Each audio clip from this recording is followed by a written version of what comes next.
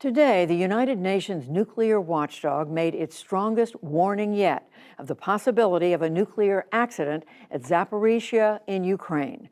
Rafael Grossi said that a lack of external power and staff access to the plant make this moment critical. Let me be clear.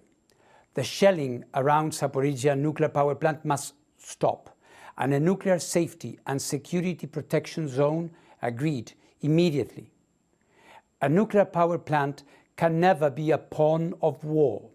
Its fate must not be decided by military means. The consequences of such action are far too grave. Russia occupied Zaporizhzhia 6 months ago. This week, Nick Schifrin and his team traveled to the nearby village of Nikopol and discovered that Russia has made the nuclear plant a combat zone. From behind a nuclear shield, Russia strikes Nikopol's civilian targets, including what used to be Lyudmila Shashanka's apartment. She and her son Pavlo stand in the spot a Russian rocket tore through the ceiling and the walls. It stole her home and her husband. 81-year-old Anatoly was killed on the spot. He got this apartment. He was happy because he wanted to leave something for our children. He died and left nothing for his children. The source of the strike seen through Nikopol's haze just 6 miles away, the Zaporizhzhia nuclear power plant. A Nikopol resident provided this video, a Russian multiple-launch rocket firing from the plant. It's an almost daily barrage. That's forced more than half of the city's residents to flee. Yevgeny Sinyekhin is 30 years old. Why are you leaving Nikopol? We decided to leave after the shelling got close. At first we thought it was somewhere far away and didn't pay attention.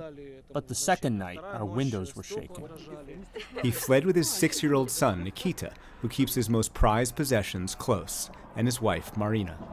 Do you think your son understands what's happening? Our son understands everything. We're telling him about everything. You said you explain everything to him. What do you mean? What do you tell him is happening? Our son has to understand what's happening because it's his history, a part of his life. If he grows up unaware of what's happening, he'll just forget it, and the events won't leave any trace. I want him to grow up knowing how hard we fought for our freedom.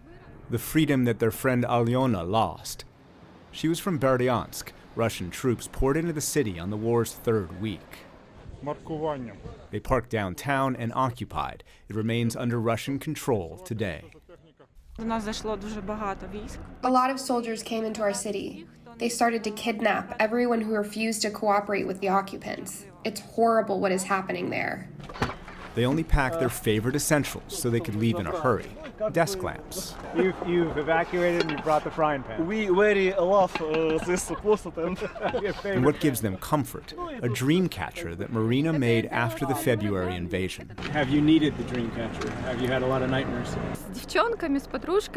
When the war began, we gathered our friends and made this with the hope it would protect us. But they're not the only ones under siege. Have the Russians killed anyone at the plant? Have they tortured anyone? Have they threatened anyone? This man is one of 4,000 Ukrainian workers that continue to operate the plant, down from 11,000. He agreed to speak to us if we kept him anonymous.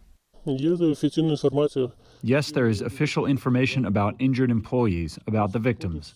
Some served in the armed forces of Ukraine before. Some openly demonstrated their pro-Ukrainian position.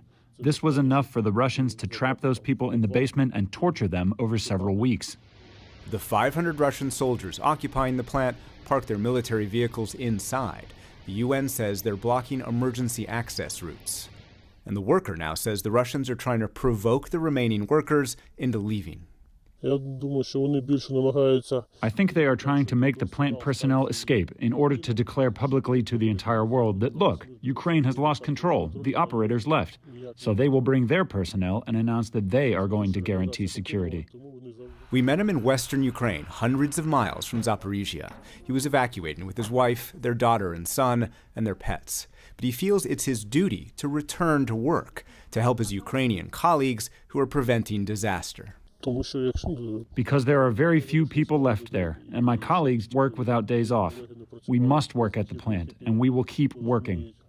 We will work here. The head of Ukraine's nuclear authority, Energoatom, Petro Kotin, said workers at the plant destroyed documents before the Russians arrived.